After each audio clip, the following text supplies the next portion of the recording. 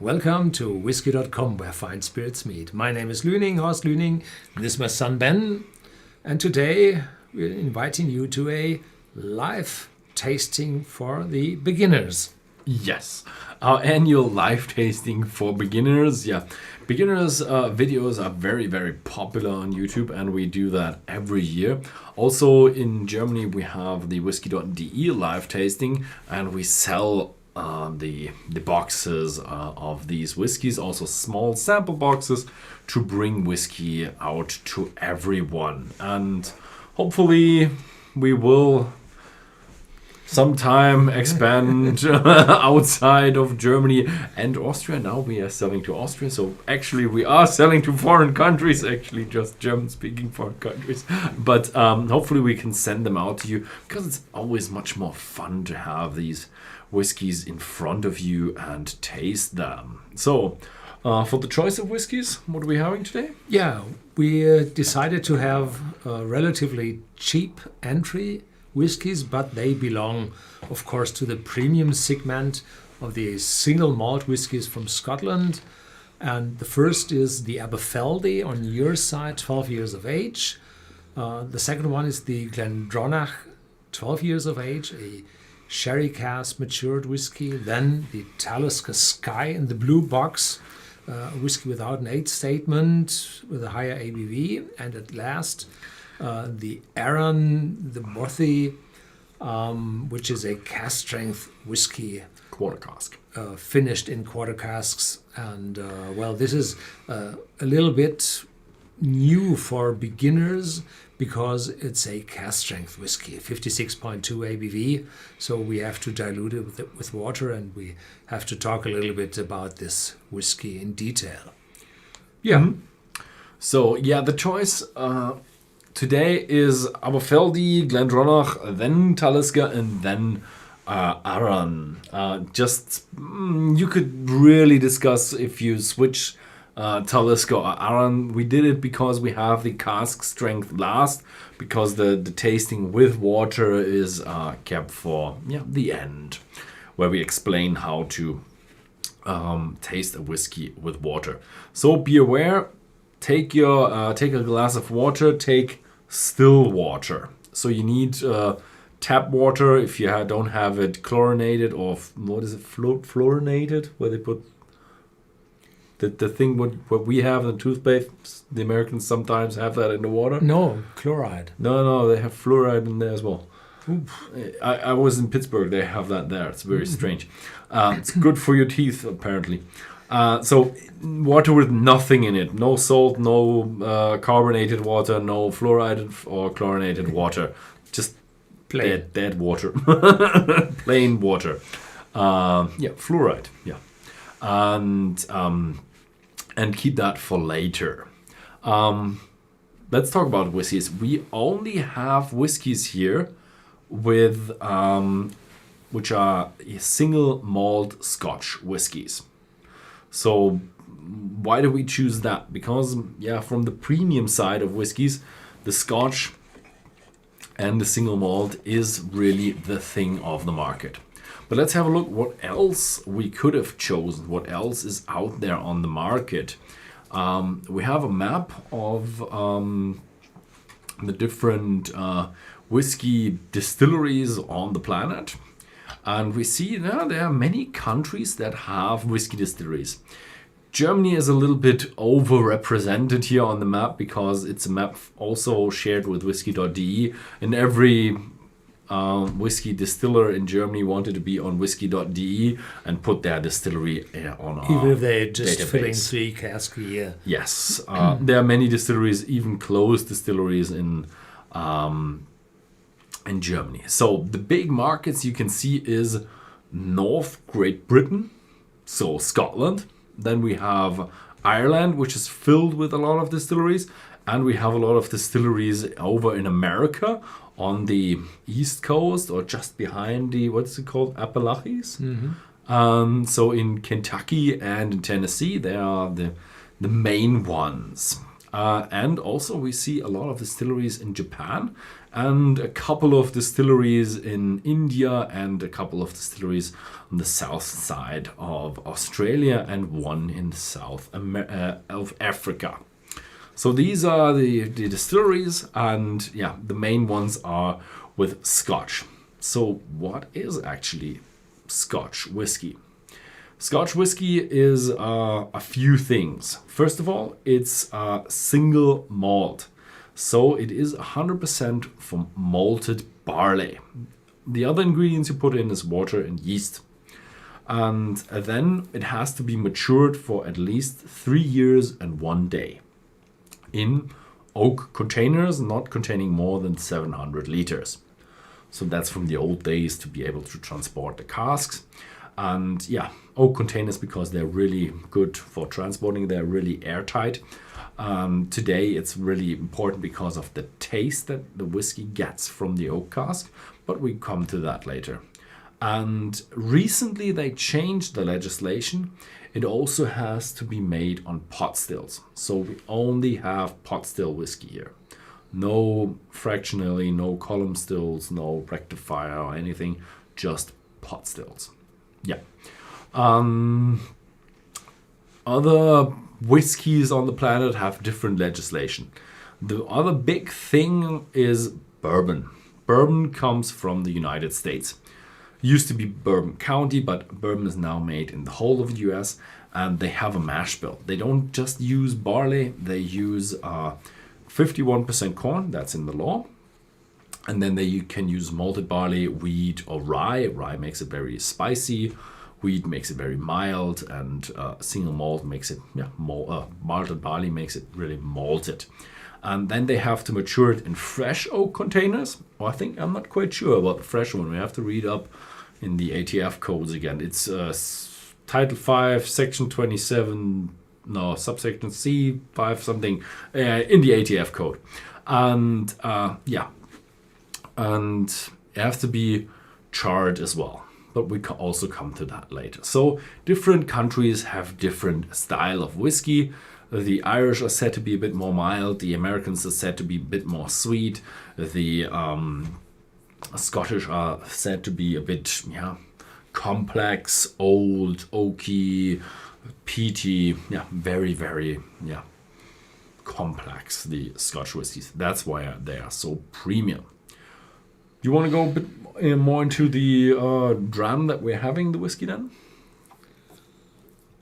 You mean what a dram is? What a dram, yeah. A dram is a measure for a volume, and this is in the imperial system, very old measurement system, and a dram is typically a fifth or a sixth of a gill.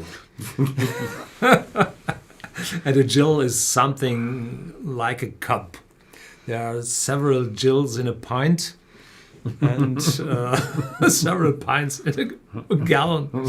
So, and there are imperial gallons and statute gallons, or whatever you call them. You forget the quart, or is that just an American thing? What? A quart. Oh, I haven't heard Quart is that. a double pint, I think. A double pint. I'm not quite sure. Yeah, so a dram is what you typically have in your glass, and it's between 28 milliliters and 35 milliliters. That's a dram. Mm-hmm. And what a glass you take, well, your glass should have a cooper, which means its volume is in the middle and a little bit smaller at the upper end, so that the air, the vapors coming out of the whiskey are caught in this cooper, and then you can smell it and inhale all the aromas coming out of the liquid in this volume. And the top of the glass is like a chimney, giving it to your nose. And the normal glass does not have this lip on the upper end. And so typically a very thin rinse comes out of the glass, and that might go back to your throat, where you taste typically bitterness. So we have this lip on the glass so that the liquid flows in a broad stream on your tongue, and there's no risk for having it first at your bitterness receptors. Then we have a little stem to take it quite firm in your hands, and then a quite big foot. So if you have more glasses on the table, you move around with bottles so that you don't flip it over. So that's what a good glass is. You can, if you're only a few people there, you can take your wine glasses. At least they should have this cuppa form. Don't take those whiskey tumblers. You won't be able to smell a lot out of this liquid, which just raises and evaporates out of the glass. Yeah. Mm-hmm. More? So yeah, that's the choice of the whiskey glass, and then the question arises: should I put Coke in it? And the answer is no.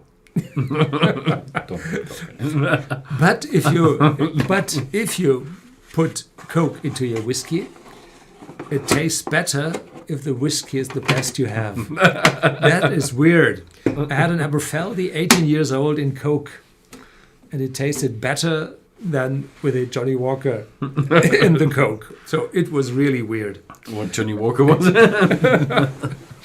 So yeah, that was about the basics you have to get right to have a good tasting of whiskey. So a good whiskey and a good glass where you can smell your whiskey. What's good if you have a real crystal glass that lets your whiskey shine, so the surface is smoother, and you see the color and the marks in the whiskey. You see them better if you have a real, a genuine crystal glass. This is one.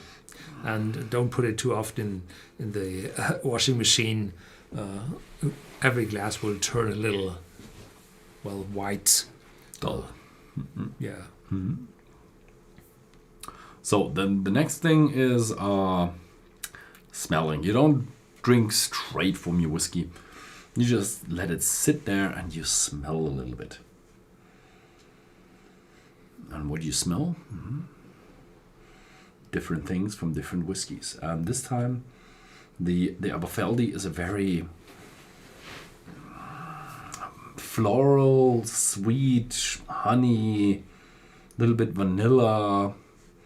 So typical first fill bourbon matured, easy, light whiskey. Mm-hmm.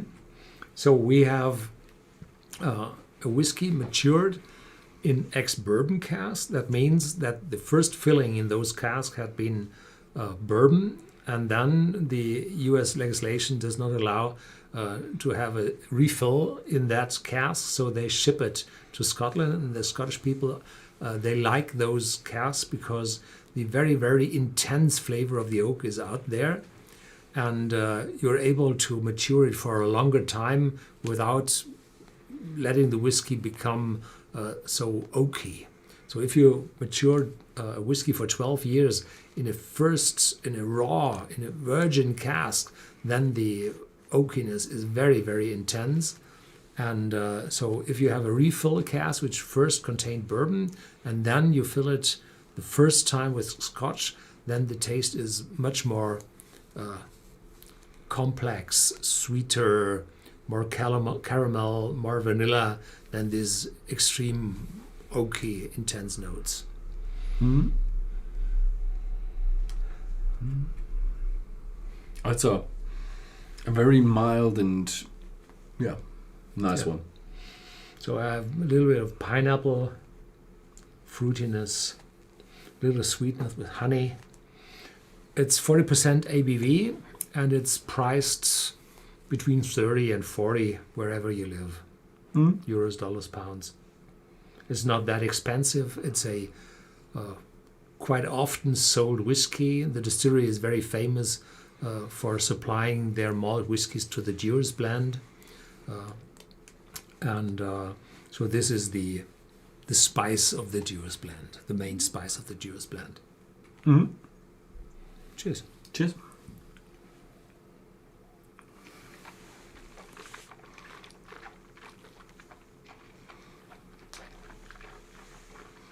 Mm-hmm.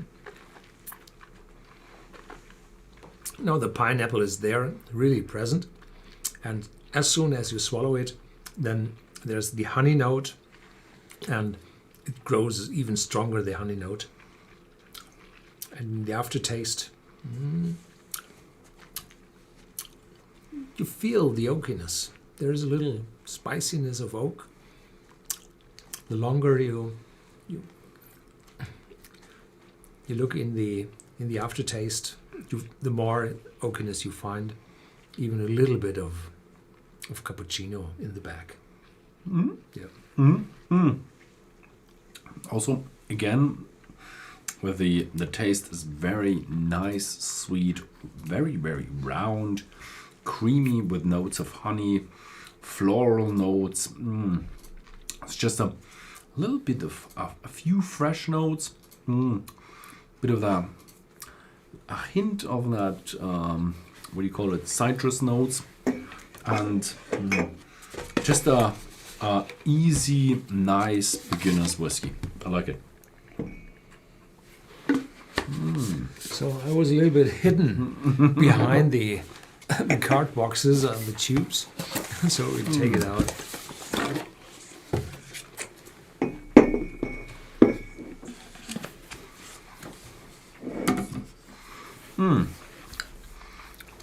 Yeah. So you're in the lead. What's next? now we had a bit of tasting of whiskey. So how do you taste whiskey? Choice of glass, and how you taste the whiskey, and how you go with things. And now let's have a bit of a look into the production of whiskey. How is whiskey actually made? And I told you we start off with malt. Actually, we start off with barley grain, and you have to malt it. Most often you go to the big industrial maltings and they malt it for you, but some distilleries are very traditional and they have malting floors. So the first thing, at the very end of this room, you have big tanks where you put the grain in and then you pour water onto it and you just let it soak for a night, something like that. And then the grain says, okay, ready to sprout, and it starts to cut down the starch into sugars. And that's actually what we want to have, because fermentation works best with sugar. And then you spread it out and let it germinate. And you need a lot of air for it. Otherwise, there comes mold and there comes different bacteria, and it's really not good. So you often have to turn it. And that's what I did. I shoveled it and I turned it. But most of them don't do that anymore. Most of the distilleries don't even have these molding floors. And I think these guys here have rakes to rake it around and turn it. And you have to open the windows, let fresh air in. When you then have the germinated malt, you have to stop it. You dry it. And then it goes into the mash tun. This is a big mash tun, a very modern mash tun, stainless steel with a lid on it, so you have a very good energy conservation. But basically, you pour in your grinded down, coarsely grinded, so it's called grist, malt, and you add water, and then you turn it a lot. And you have old mash tuns. Here is an old mash tun with an old transmission in the middle and these rakes, and they turn it. And what you want to have is you want to heat it, and you want to get all the starches and all the sugars out from this grist into the water. Also, at these temperatures, these enzymes that have formed inside the malt work really, really well, and you really convert the starches into sugar. There's still some starches left, but it's a very, very sweet, watery substance called mash. And with that mash, we go into the wash bags. It's called wort. Wort, yeah, sorry. Wash is what they call the beer. And when you fill up these tanks, they're really, really huge tanks. So this is not the floor, it's just a second floor in this room. The room goes several meters down below, and you add to this sugary substance, you add yeast. And with this yeast, it starts to ferment. Alcoholic fermentation occurs, and then you have gas rising and forming bubbles. So you have trouble with foam occurring and foaming over and messing everything up. So in the very back of this scene, you see switchblades. And these can be turned on, and then they go round and cut the foam down so it doesn't boil over or bubble over. It takes a bit longer, so we have huge tanks and many of them, because the mashing is really fast and the distilling is also really fast. So you have to have more of these containers to let them stand there and have one of them getting ready every time you want to have a new batch of distilling. So you let them stand for at least 36 hours, usually around 45, 48, 50 hours, something like that. Some of them are even going higher, 70, 80, 90. There's one even with 110 hours of fermentation time. And it's very important because this fermentation produces a lot of interesting flavors that you want to have in your whiskey. After the fermentation, you have your wash with about 7, 8, 9% alcohol, and that is ready for distillation, and that goes into the pot stills. These are some pot stills.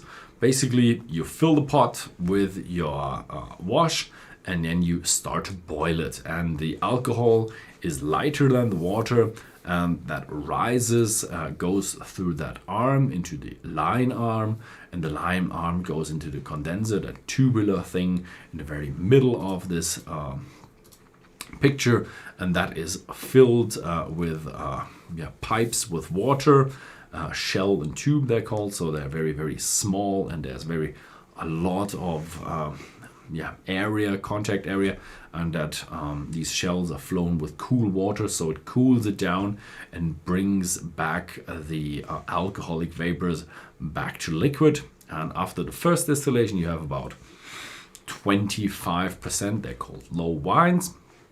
Go into the second distillation. There you have the foreshots, which are the first things that evaporate. Then you have the hard piece, which is really the new make whiskey. And then you have the what they call the tails, the tails, the feints afterwards. They're really, really heavy. They're also collected because they will be distilled again. And it's very important where you put the cuts to get the right kind of flavor into your whiskey.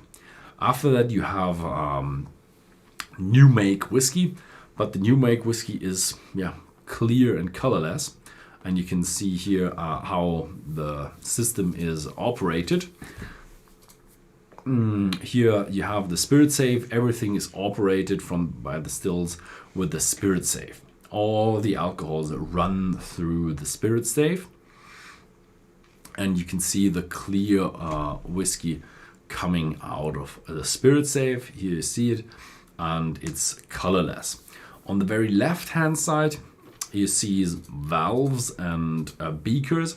When you turn the valves, the beakers rise, and there are measurement instruments in there. They measure the temperature and they measure the density. And with that, you can calculate how much alcohol you have in your whiskey.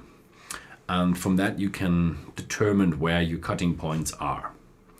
And the raw whiskey is very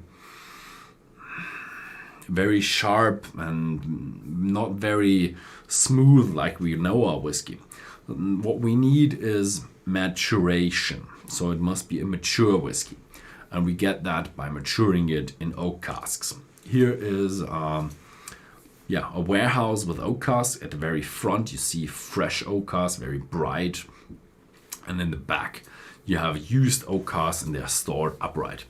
It doesn't really matter that much if you store them upright or lying down. What does matter is the warehouse. The other warehouse was very high. At the top, it's a bit warmer. Here you have a very traditional warehouse with thick walls of stone and stamped clay floor or gravel floor, and they have a very damp and very cool environment all year round, and that's what the Scotch people want. They want to have a slow maturation. On the right hand side you see standing an oak cask, a normal bourbon barrel, 200 liters, 52 gallons, and on the left hand side you see old sherry casks or long port pipes at the very front, and they're really, really big. But we'll come to different maturations later. Yeah, the sherry casks are very interesting because they give a bit of a different color to the whiskey. And here you can also see they did fill the cask up to the very top. But a cask is airtight, but still the whiskey soaks into the cask and then evaporates out. So a very, very slow process of evaporation takes place, and that's what the Scotch call the angel's share. So the share of the angels, what evaporates, gets up to the high heavens where the angels have their share of their whiskey. Yeah, if you think, yeah, every distillery has like one warehouse, yeah, you're wrong, because there is so much whiskey and you have to store it for so many years. So you need a lot of casks to have every year enough casks with the appropriate age coming out. So there are a lot of warehouses around in Scotland. Yeah, the maximum of warehouses I've seen was the Black Range Bond with over 200 such warehouses. Mm-hmm. So football field after football field full of warehouses. Yeah. Incredible. Yeah. Mm-hmm. So, and after these whiskies have matured in these warehouses, yeah, they are ready for bottling. Also, they water it a bit down because you come out with about 60% from these casks at, I don't know, 10, 12 years. Depends on the cask, depends on the area, depends on the climate, depends on a lot of things. Good. Do you want to go into the Glendronach a bit? Yeah, we've seen the old warehouse, this Danish warehouse with the clay floor, and that was from Glendronach.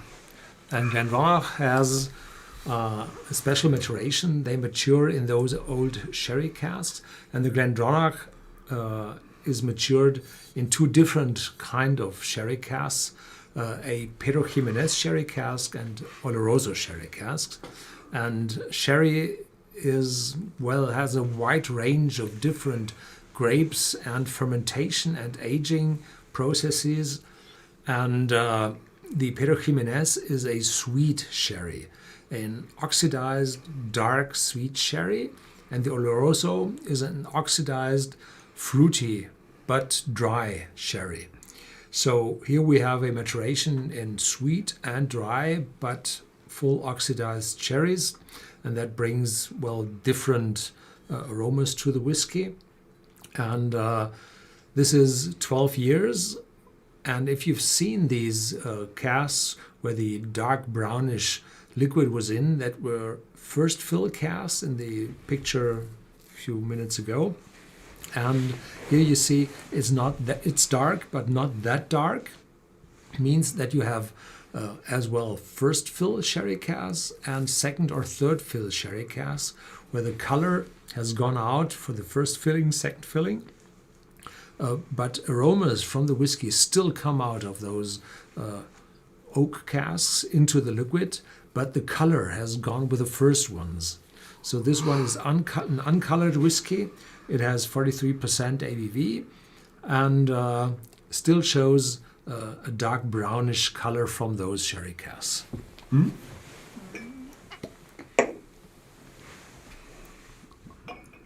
So I always smell at the corks. This is quite interesting for beginners because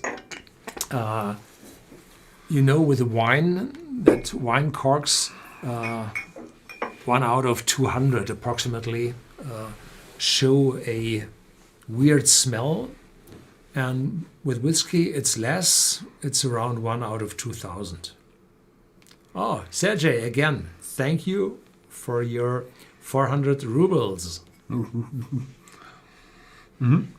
So yeah, wow, much different to the first one.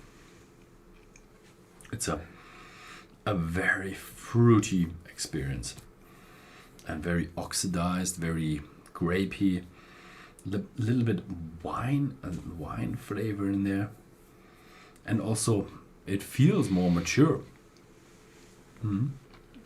So this feels older because the oxidized wine gives those older aromas into it, where these ex-bourbon casks bring fresher aromas into the whiskey. Even this one is exactly 12 years old as the Aberfeldy is, but it appears to be darker. The fruits are oxidized, so you do not have these fresh fruits, but more darker fruits, dried fruits, berry fruits. Yeah. Very complex, very full. It's nice. It's very Christmassy also, yeah? Yeah. Cheers. Cheers.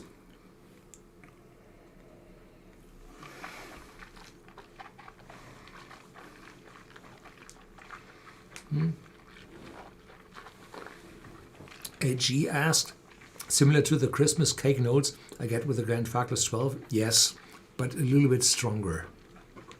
So this one is very massive on the tongue.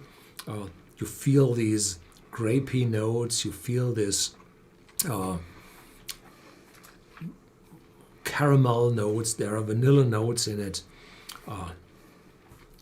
And in the aftertaste, a little bit more spiciness, a little bit of ginger. Glendronach is just a very nice distillery. And in Germany, price around 36 euros, 37 euros.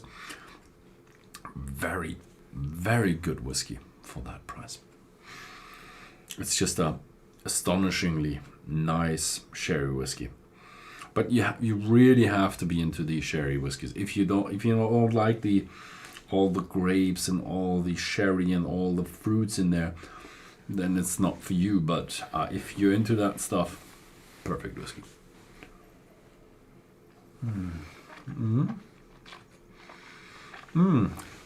There, AG asked, it is not chill filtered, correct?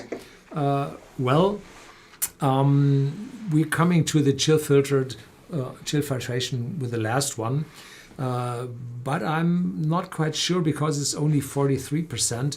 The older ones, the 15-year-old and 18-year-old and 21-year-old of Glendronach, they have 46% and unchill filtered. Ivan Oditsov has given us $10 Thank you very much, but what are $? I don't know. But yeah, we come to or do you want to add something to the Glendronach? No. Okay, so we come to our next topic, and the next thing we're gonna have is the Talisker Sky. And now we had some very nice fruity, or not fruity, nice sweet whiskey at the beginning, bourbon cask, so a plain whiskey probably to say, or not, sort of. Then we have the very fruity sherry cask maturation, and now we come to a smoky whiskey. And this is not done with the cask, but this is actually done by the malting. And in the first production I said just they dry the malt, but there lies a big detail how you dry that malt. And what you do first is you get out into the moor and into the marshes and you cut some peat. This is how peat from the Isle of Isla looks like. And are Brazilian reals. Okay. Real, yes. I've been into Brazil this year. Yeah. Yeah. So this is Wow. $10. Thank you. Thanks. And this is a peat chunk from the very top. You can see that because it has a lot of roots in them, which have not converted yet. I say converted, not rotten, because peat does not rot, because there is no oxygen, it can't rot. So it's an anaerobic conversion process where plant matter is turned into carbon. And at the very bottom, it's like a buttery substance, which is carbon-like, and that turns in kind of coal Brown coal, and then very much later into black coal. Yeah, and what you do then with that peat is you put it in a pile and you light it, and then it smokes. And here you can see a little bit of smoke already coming. It's at the start of the burning. And I've been here at Port Ellen, which is a big malting, and they put water on it, and then they have a really, really thick smoke. And that thick smoke is rising then, and it's still hot, thick smoke. No, wait, is it hot, thick? No, it's cold, thick smoke, but it still can take some water. And they actually do heat it at some point as well. And when it rises to the top, there is a floor where they spread out the malt. And you can see that here. Well, here you can see that. And it's about a foot or half a foot. I'm not quite sure. About a foot, and more than a foot. More than a foot. Oh, okay. It's incredible thick that the air is going through that. It's incredible. Yeah, so this is where the malt now is, and the smoke comes up, goes through the grains and dries them, but also the smoke sticks to the malt, and the phenols from the smoke get into the malt. And this is where the smokiness enters the production phase of the whiskey. And this malt is now a smoky malt. You can actually take the malt and eat it, and it's really, really sweet, like it was before, but also smoky now. And now you talk about a ppm level. Oh, this is the end of the smoke. The smoke goes out the pagoda chimney. So the pagoda chimney is just a roof over the chimney, so it doesn't rain into the roof. And it was very good that the Scottish people were able to resist the European community, which wanted to regulate everything. So they were forbidden to heat the pot still with coal any longer in the year 2000. They converted every distillery into a chemical plant. So they had to have regulations covered endless, but they were still allowed to smoke their barley and get out this fine dust into the environment. So when you come to a distillery with their chimney burning or their pagoda, so you smell it over miles and miles. Mm-hmm. Yeah. So ppm level. ppm stands for parts per million. So you have parts per million is often a unit for very small concentrations.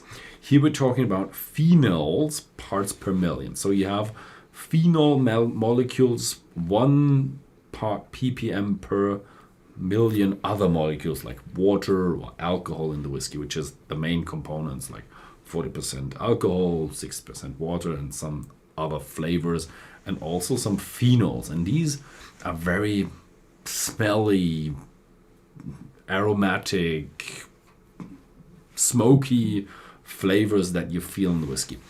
You talk about smoky at about 5 per ppm you start, which is very, very low. Then light smoky whiskeys have 10. This here has 20 something. Yeah. Mm-hmm. This is really medium peaty smoky, and the high smoky whiskeys start at 40, 45, 50. These are the ranges where you have really smoky whiskeys, and there are some brands that have over 100 or over 200 or 150 ppm, which are the really, really smoky. But after 50 ppm, differences are not that great. So the difference between 20 and 40 ppm are much greater than the difference between 100 and 150. What's very important for me is that you have whiskies with such a high peat level or smoke level, better to say, that you aren't able to detect any other tastes or smells behind that. That you need a minute or so smelling on the whiskey to get something else than peat smoke.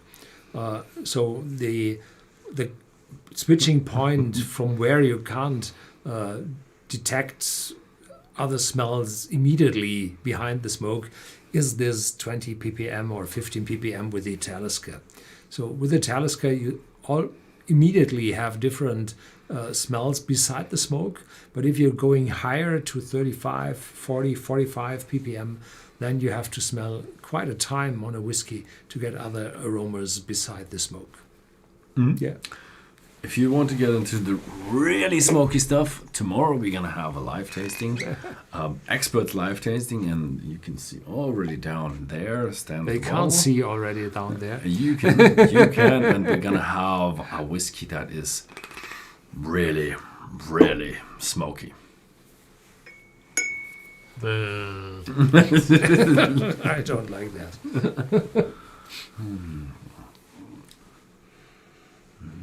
Yep.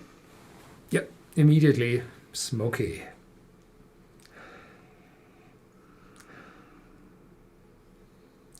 And behind the smoke, there is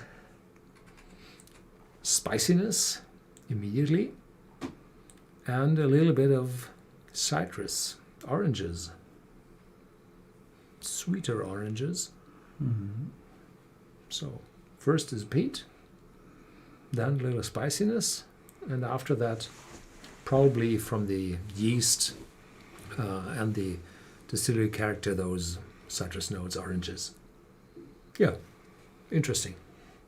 It's a very interesting part because it's such a nice island whiskey. Usually we have an Isla here for the beginners, smoky, because we want to have it really smoky. But this time we chose a lightly smoky, so there's just a bit of a smoke there with a lot of marine flavors and sea breeze and a little bit of a salty note in there, which is atypical because there can't be any salt in there, but it's just a remembrance. Most of the flavors in the whiskey are not the actual flavors, but the remembrance of that flavor. Yeah. Cheers.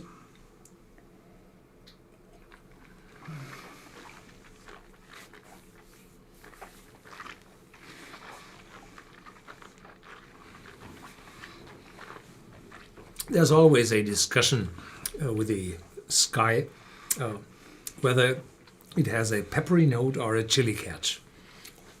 Today it's a peppery note. It's not a chili catch. A chili catch would be even a little bit sharper, so there's a really spicy taste in that, and that covers my mouth and clads my tongue. Yeah. Smoke. In the taste, you have a lot more smoke than I had in the nose, and it's really a nice, intense whiskey. I haven't been to Talisker yet, but I'd really like to find out how they make their whiskey so spicy, and how they see things, if it's peppery or chili. But today it feels a bit more peppery. The first one was a bit more chili, but now it's a bit more pepper. And now I have, again, some vanilla notes in it.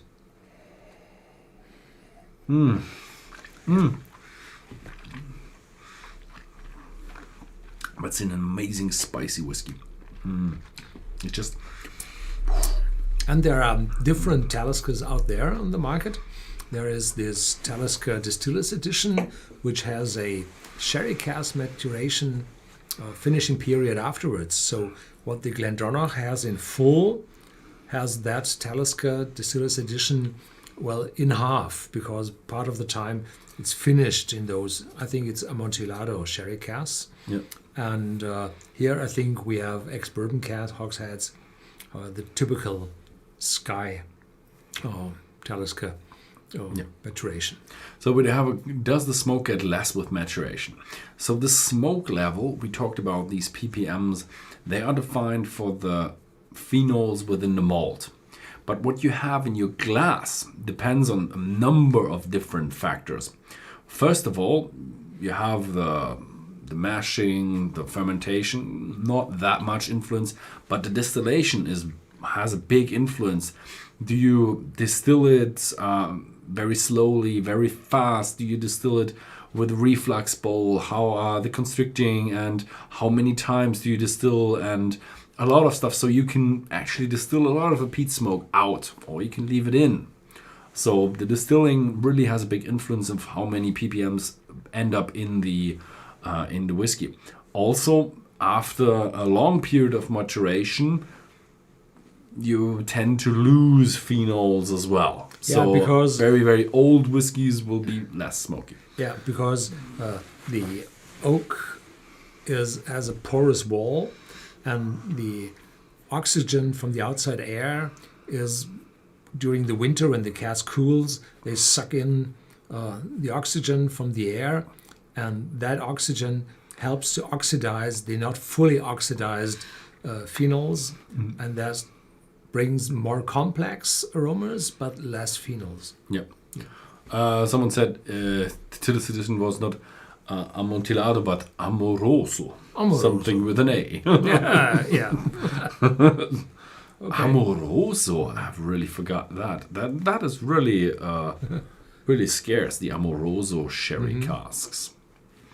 So we had basics of whiskey enjoyment in the glass.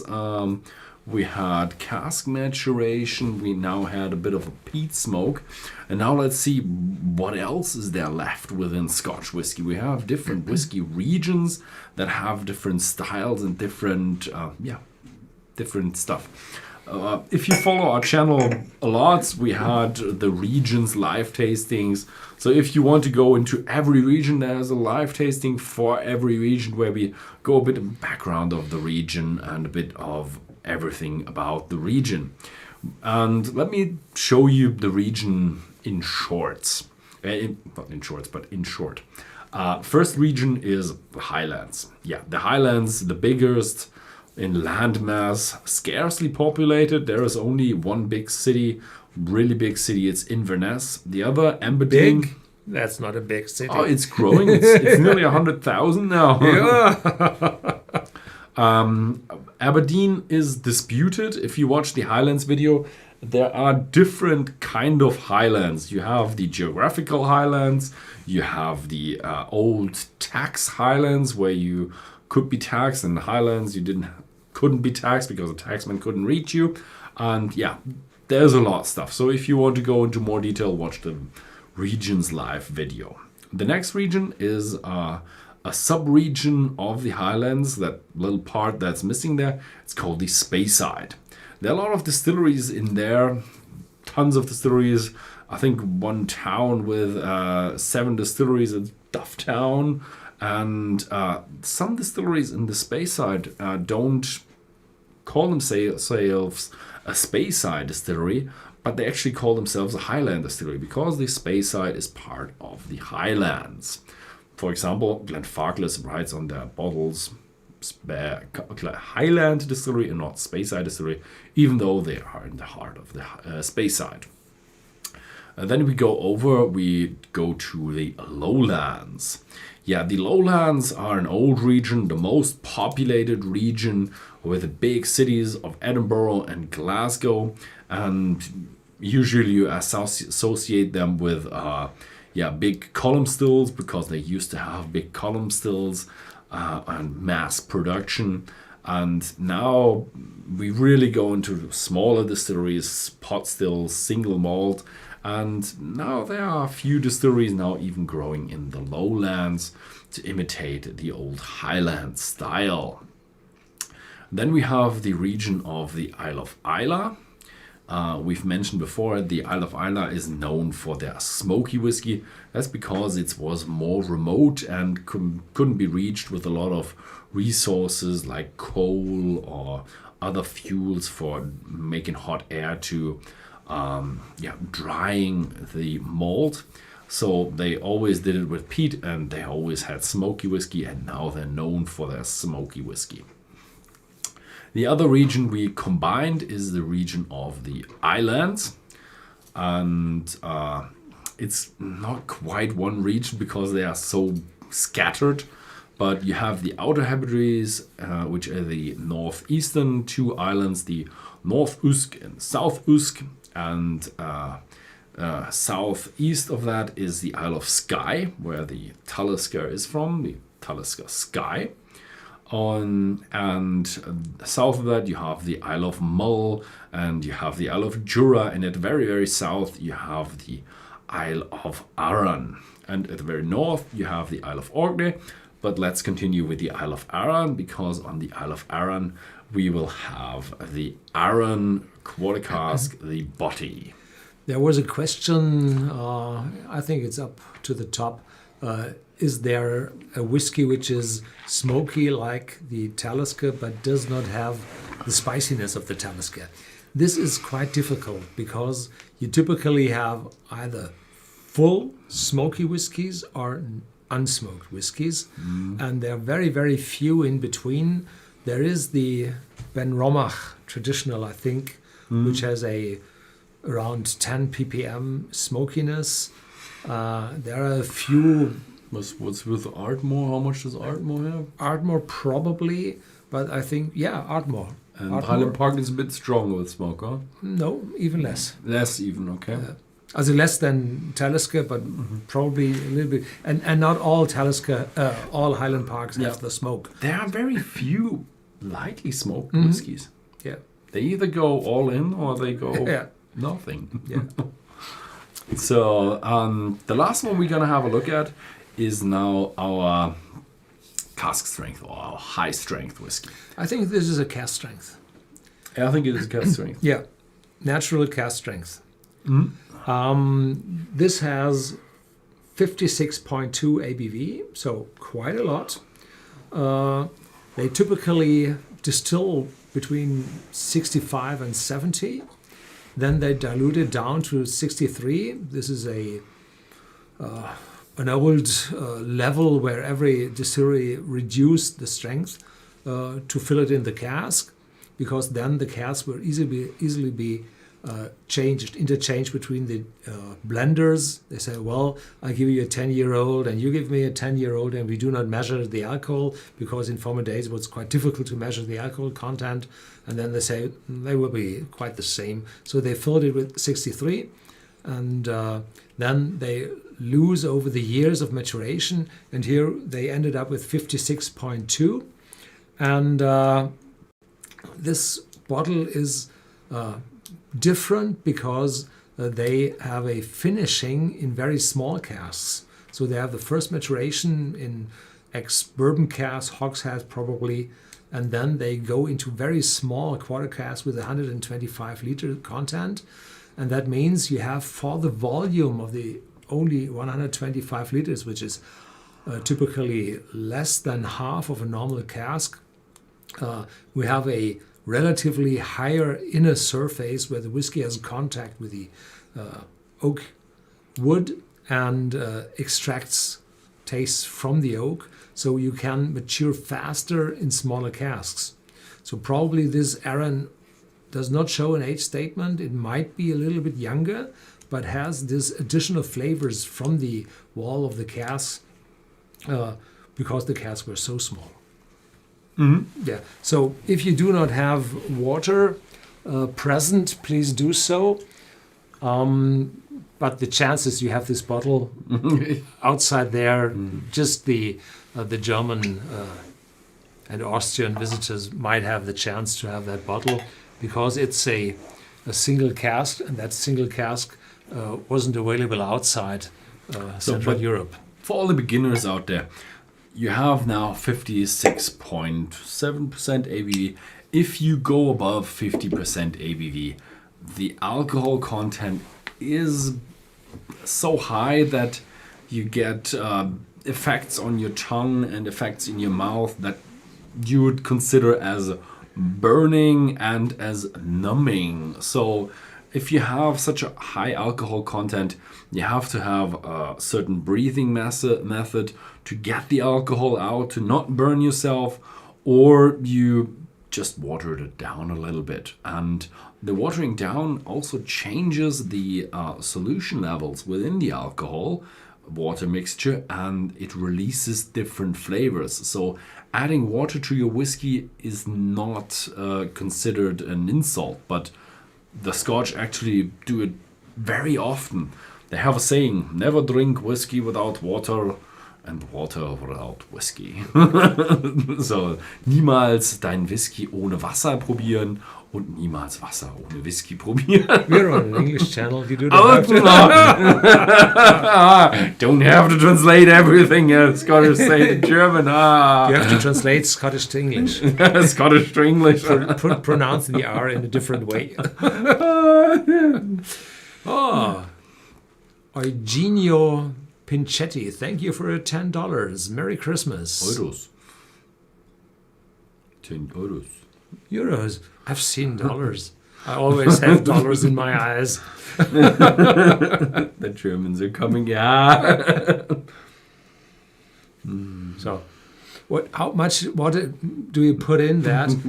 Probably we are above 50, so we have 56.2, and you have to dilute it at least about 10%. Between 10 and 20% would be the right amount to dilute this one. Yeah. So you find marks in your whiskey that water and alcohol does not mix immediately. So in this time where both liquids does not mix, additional aromas rise from the liquid, and then that's the exact time where you can smell a lot of different aromas. And here there's a lot of citrus notes coming up, sweet, fruity, vanilla, and some spiciness appearing as well. And after a minute or two, then the marks are going away, and you have quite a normal liquid, but it looks a little bit hazy. Not too much because I haven't added so much water, but the very clear and natural liquid, if you add water, you typically have substances which aren't able to stay in solution any longer and fall out and give a little bit of haziness in the whiskey. This whiskey is unchill filtered, meaning that you do not have refrigerated or cooled the whiskey down to +4, -4 centigrades. And when you do that, then all those substances bring that haze, and then you put that haze through a filter and take it out of the liquid. So when the whiskey is warmed up again, filled into bottles, reach you, and you cool it down by adding some ice cubes or so, it won't turn hazy. Yeah. So, Mr. Zat, $24.99. This is a dollar, not a euro sign. Thank you very much. And Here's $10 to great Australian whiskeys. dollar from Perth. Luxury. Okay, a challenge for Ben and aka Mr. Talisker, 10 years old. Pour a dram of 10 Talisker 10 and a dram of Legic 10 years old. Taste them blind and see if you can correctly identify each one. Harder than you think. Also hard for me because I haven't been to each of the distilleries. That would be really hard for me. Markham, I to think have a Legic 10 year. I would say it's possible because the Lichik has a twice as high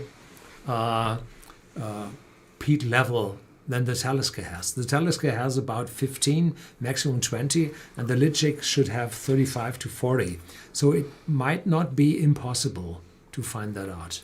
It's a bit hard for me because I have a Legic 18, but I don't have a Legic 10. But I'm planning to go to Legic and to Talisker, hopefully when everything is open next year. And I'll do that challenge. I have to write that down somewhere. So, cheers. Cheers.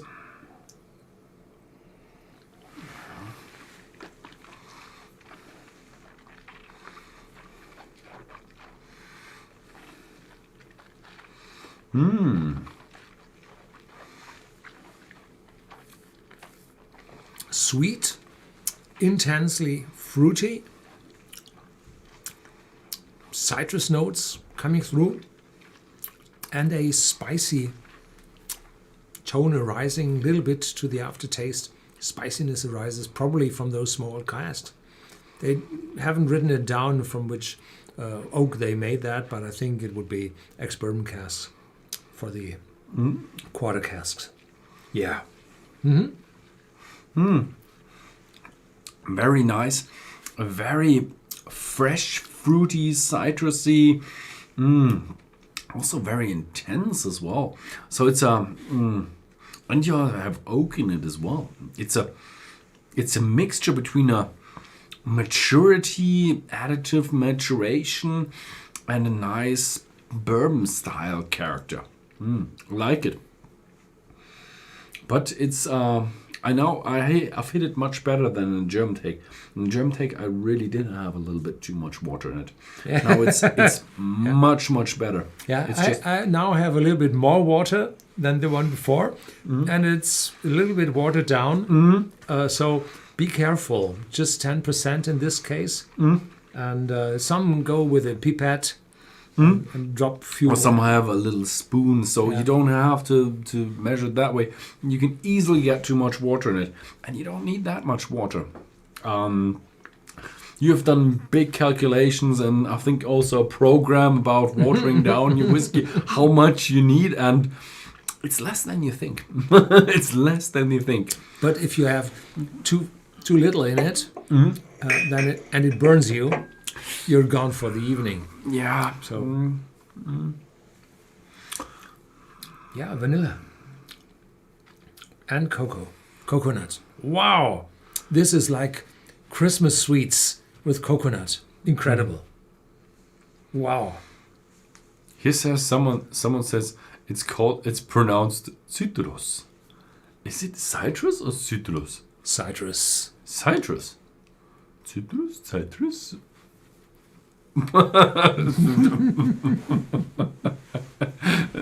Someone says citrus. I really have no idea. In German, it's Citrus. Citrus. Citrus. Maybe for citrus. Citrus. Physicians use heavy water for their whiskey. I don't know. Is heavy water poisonous? You typically have it in 0.0 Yeah, but quantities. it's very expensive.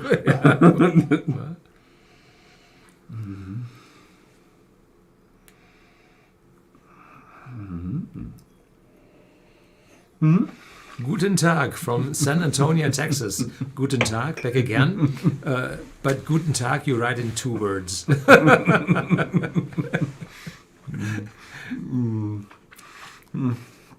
It's all citrus. Citrus. Okay. So this was our range of how to bring whiskey out to a beginner. And this is about the pillars of what you have with Scottish single malt whiskey. Like the normal maturation in just bourbon cask. You have the sherry cask maturation with a very strong sherry. This time you have a peaty one. Also this time a very peaty, spicy one. And the high strength whiskies. And you can combine them however you like. You can have a bourbon cask matured smoky one, which is the Talisker. And you can have a sherry cask matured smoky one. You can have a finished bourbon cask finished in sherry, or you can have high strength sherry, high strength peat smoke. So you can vary them however you like. And there are even more variations you can have in your whiskey. Also, if you go beyond the Scottish borders, you can have a lot more whiskey. We're not just Scotch.Whisky.com, but Whisky.com.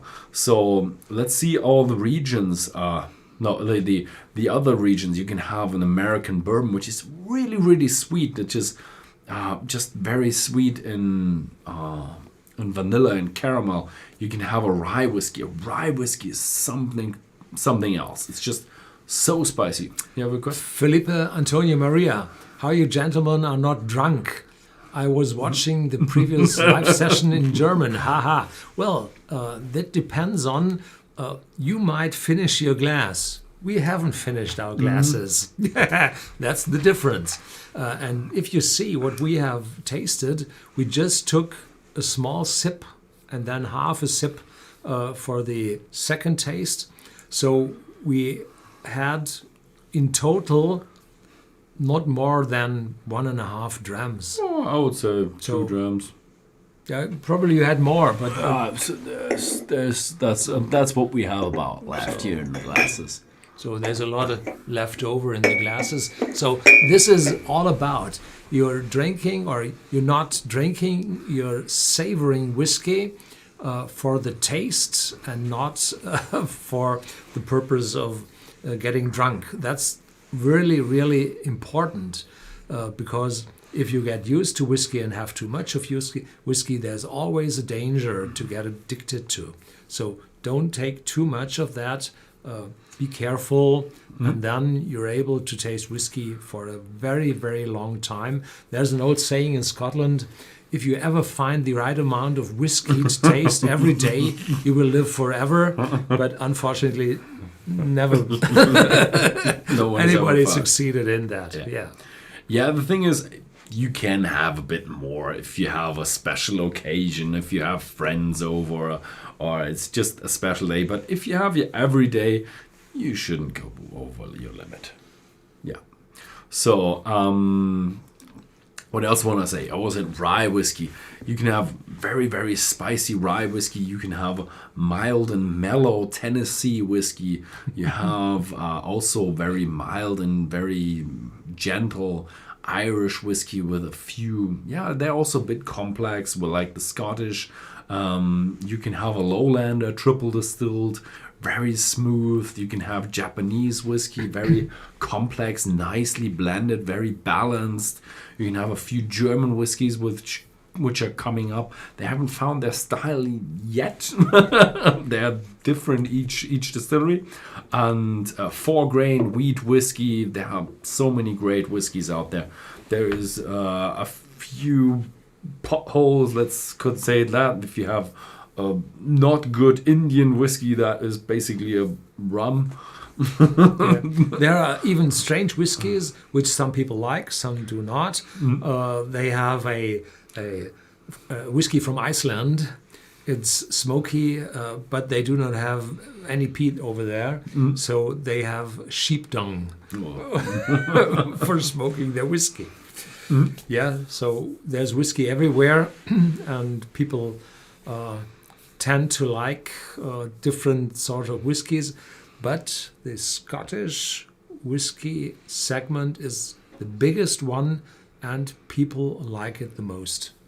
So therefore we choose for the entry whiskey tasting these 4 Scotch whiskies. So More questions? The sequence.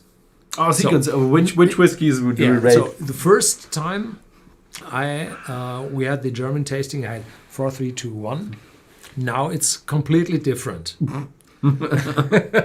It's 2, 4, 1, 3. Yeah. The thing is now that the Aaron, I had a better mixture. First one I had too much water in it, so it came really bad. Now it still came in second, in close finish with the Glendronach. I just love the Glendronach. I have 1, 4,